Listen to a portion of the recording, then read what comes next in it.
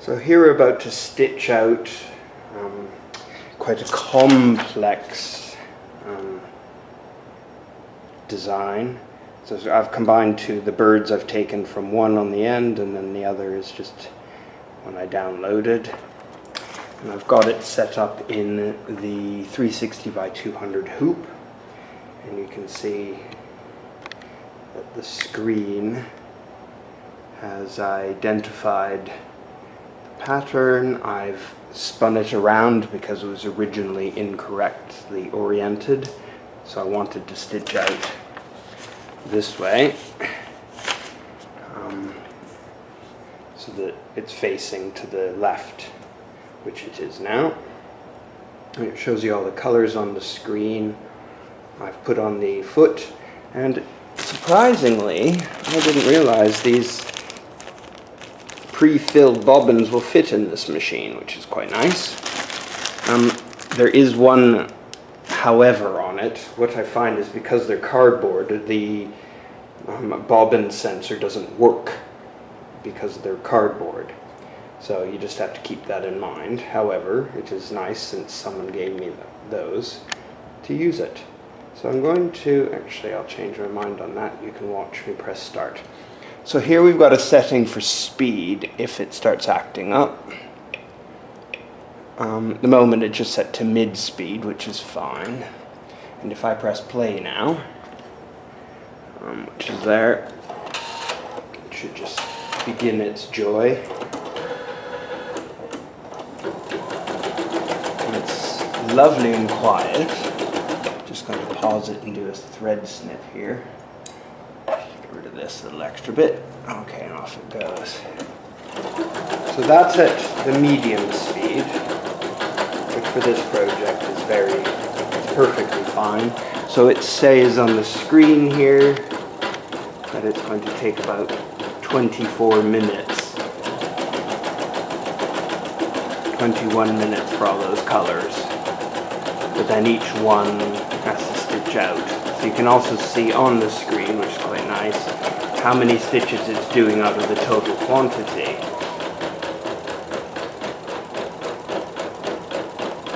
And now what we'll do is we'll move over here so you can watch it actually do its job. Now if I want, I can remove the speed limiter and when it gets to a part where it can speed up, it will go top speed. Because I don't see any reason why not to for this particular project. It's not sensitive.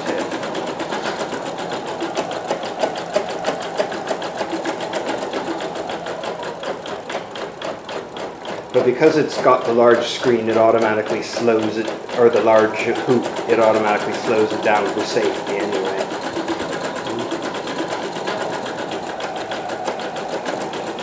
Let that go now. Oh yes, the other thing that's kind of neat is if you watch there, do you see that little moving crosshatch? That's where it's stitching in the design, and that corresponds with what the needle's doing. Which of course is how you can align it if something goes wrong.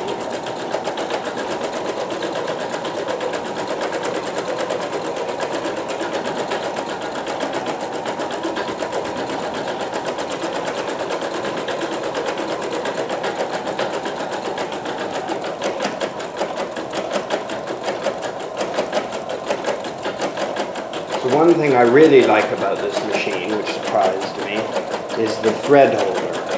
So let me pop up here.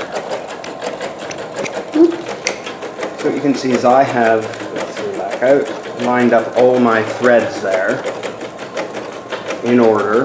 1, 2, 3, 4, 5, 6, 7. So that in order. There are a few more sitting behind, but I can put those in later. But it just makes it really nice and easy to control the threads when doing a big project like this.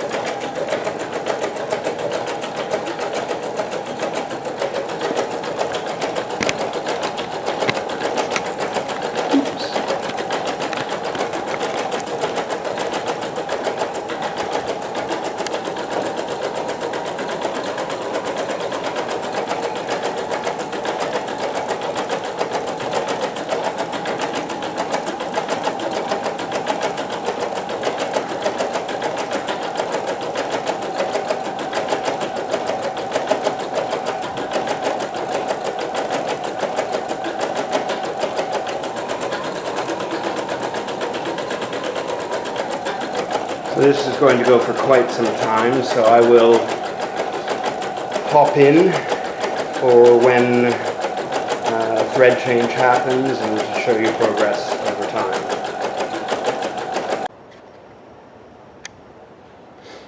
So it's popped on the screen telling me it's time to change color. So it even shows you the color in the name, which of course goes with my cheat sheet.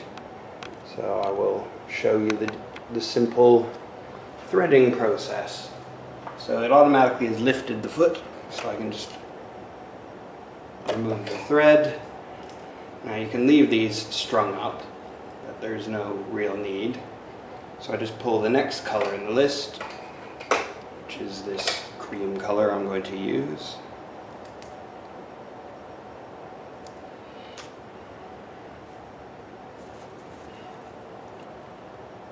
Being a brand new spool, it's a bit difficult to get the thread out. That's okay, we're done. And then, so let me just zoom up here for this bit. There we are. So I just pull the thread over there and then thread it into the machine.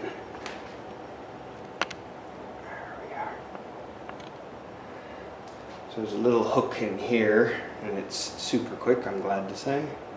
So just let me...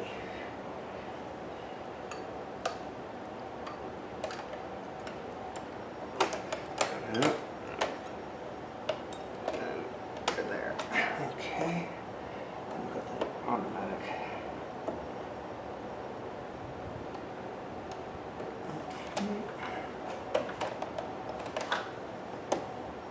Oops. Pulling it backwards.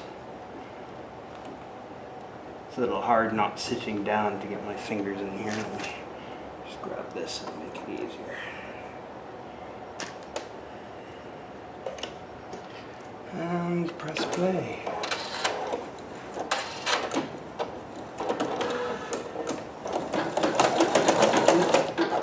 Pause for a moment.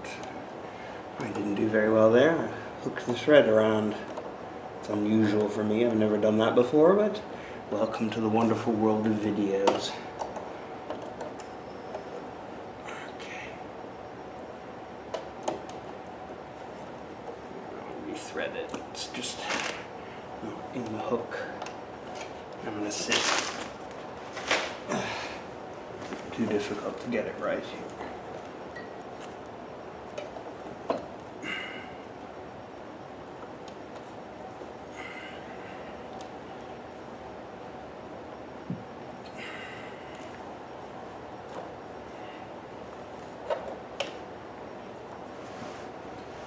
Snip away the previous thread tails.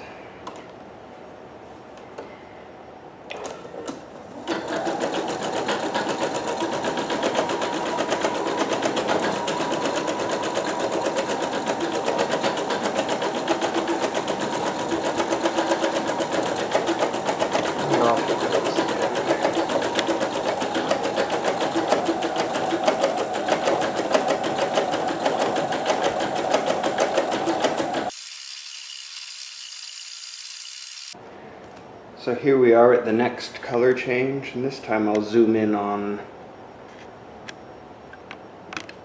this part of the threading procedure, which is quite easy. Just one zoom out, I think. Okay, so I've got the light green.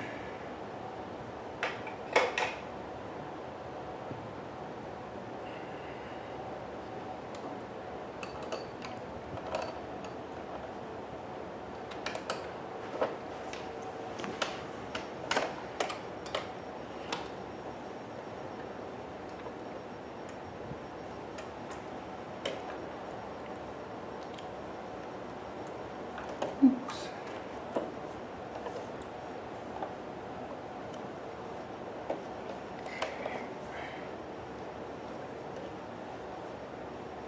That one's a little more like it's supposed to, and off we go.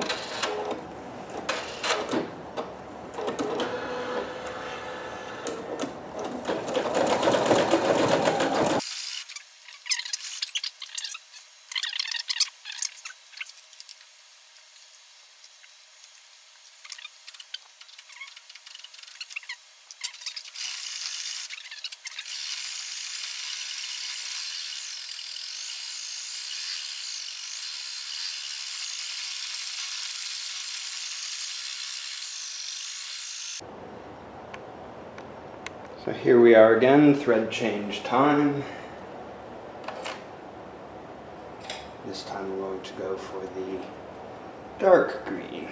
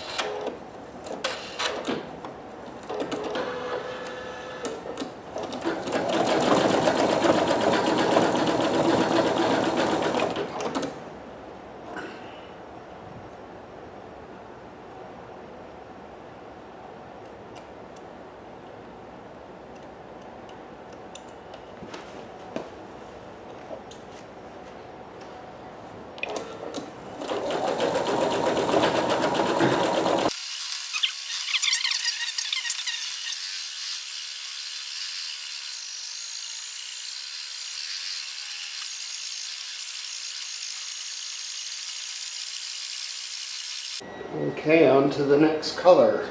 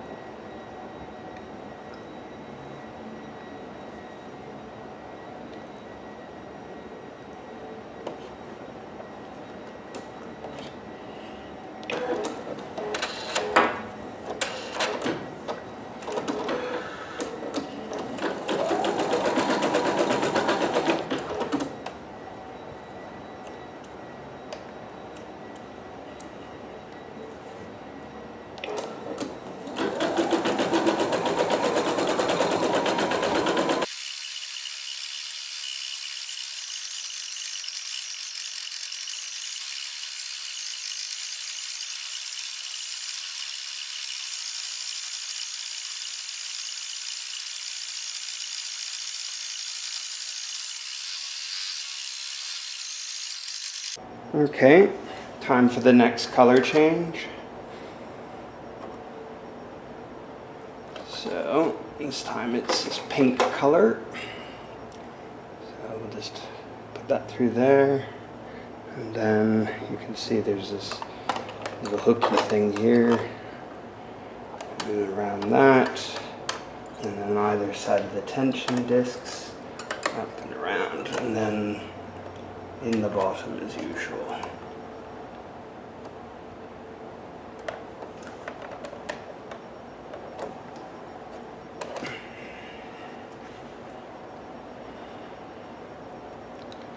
And off we go.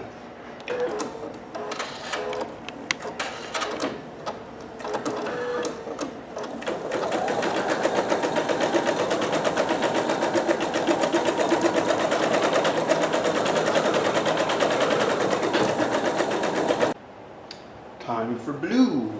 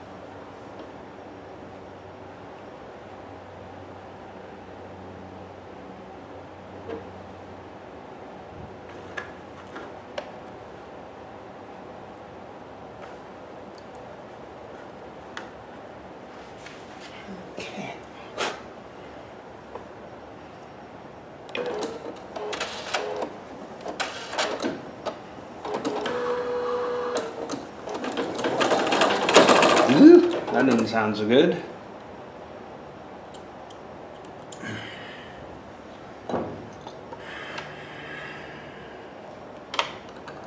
My guess when you hear that noise is that I didn't thread it right through the tension discs. Try again.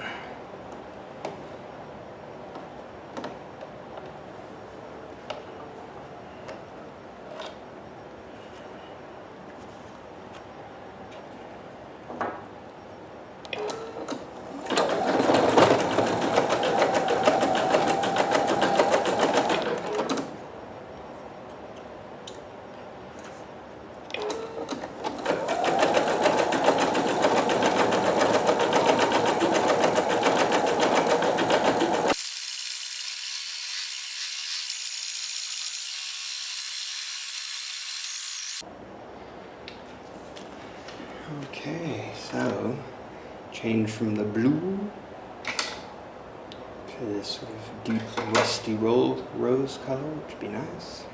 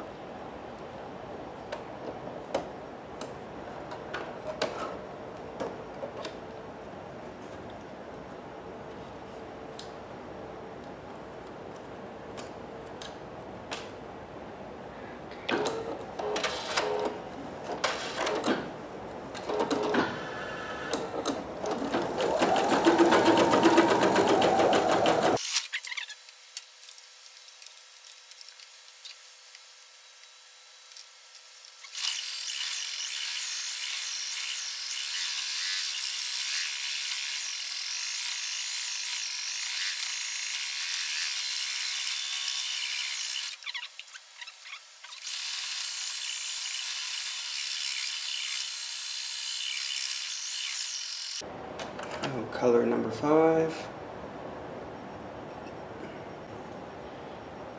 Tension discs again.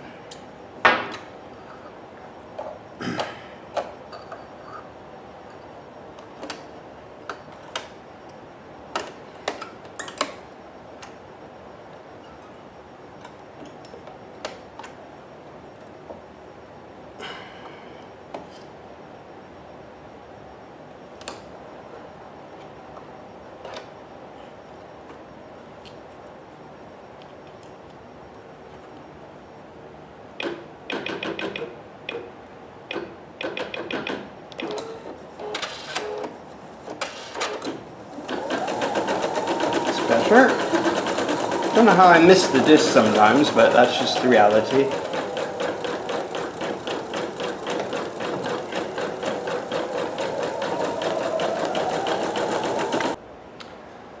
Right, okay, so we're on color number 11,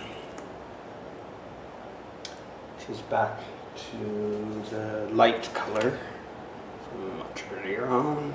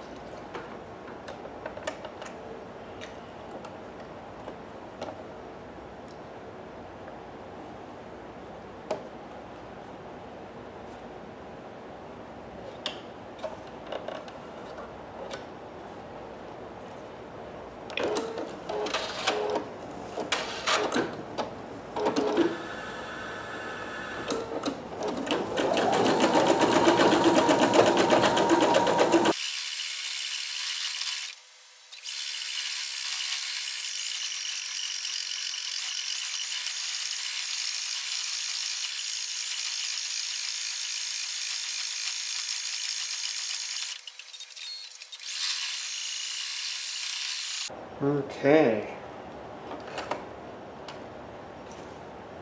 Off we go again.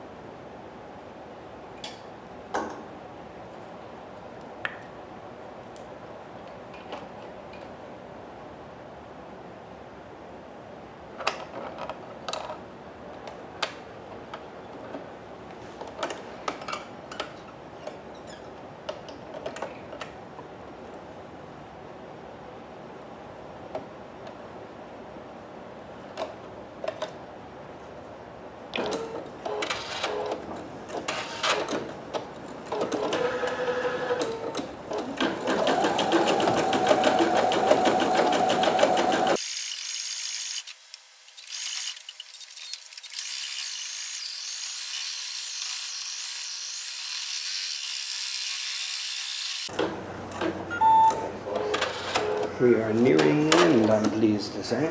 A few more thread changes.